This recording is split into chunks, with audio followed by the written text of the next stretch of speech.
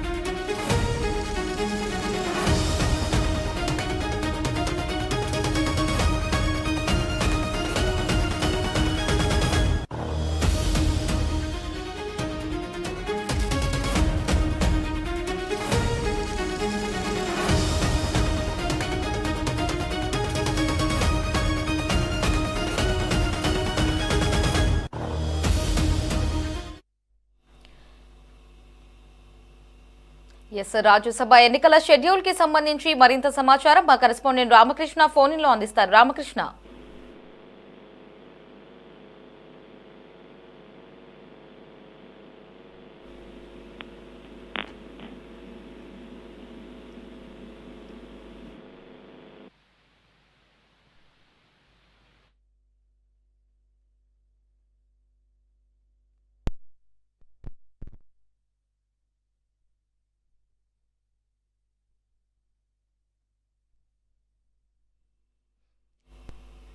రాజ్యసభ ఎన్నికల స్థానాలకి సంబంధించి కేంద్ర ప్రభుత్వం షెడ్యూల్ ను విడుదల చేసింది.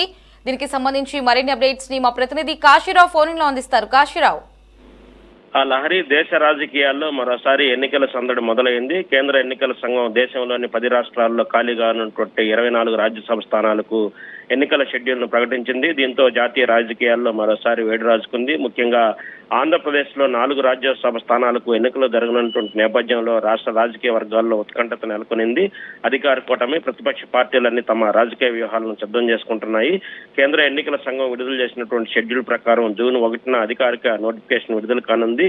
జూన్ 8 వరకు అభ్యర్థుల నామినేషన్లు దాఖలు చేసుకునే అవకాశం ఉంటుంది. అనంతరం జూన్ 9న నామినేషన్ల పరిశీలన చేపడతారు.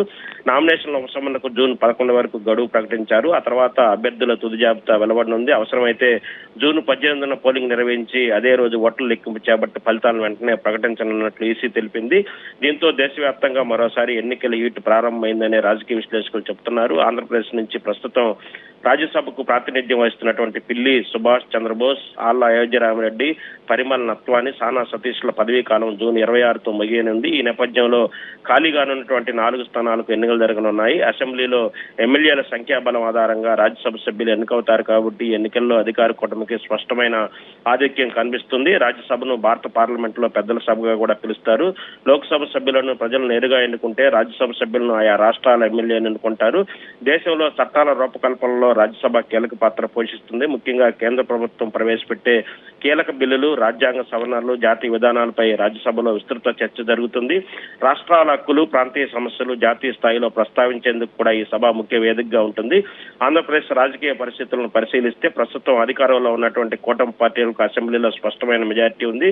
దీంతో 4 స్థానాల్లో ఎక్కువ భాగం అధికార కూటమి ఖాతాలోకి వెళ్లే అవకాశాలు కనిపిస్తున్నాయి. అయితే ఏ పార్టీకి ఎన్ని స్థానాలు దక్కుతాయి, ఎవరికి రాజ్యసభ టికెట్లు ఇస్తారన్న అంశాలు ఇప్పుడు రాజకీయంగా హాట్ టాపిక్ గా మారాయి. ముఖ్యంగా టీడీపీ, బీజేపీ, జనసేన మధ్య సమన్వయం ఎలా ఉంటుందన్న దానిపై కూడా చర్చ జరుగుతుంది.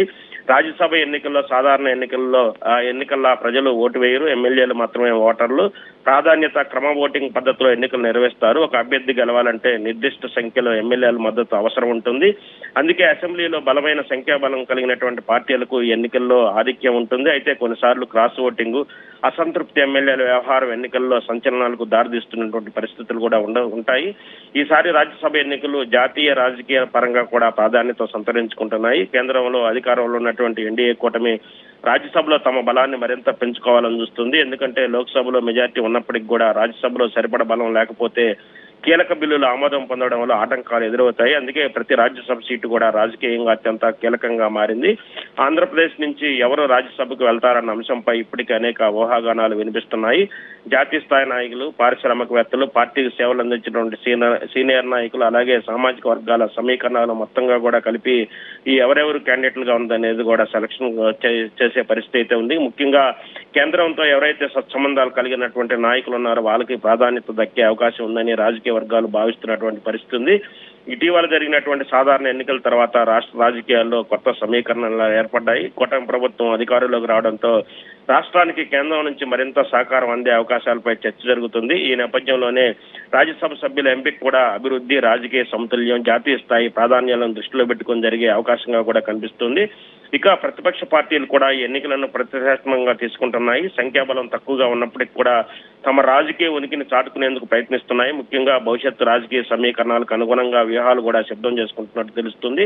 అభ్యర్థుల ఎంపికలో సామాజిక సమీకరణాలు, ప్రాంతీయ సమతుల్యం వంటి అంశాలను పరిగణలోకి తీసుకునే అవకాశం కూడా ఉంది.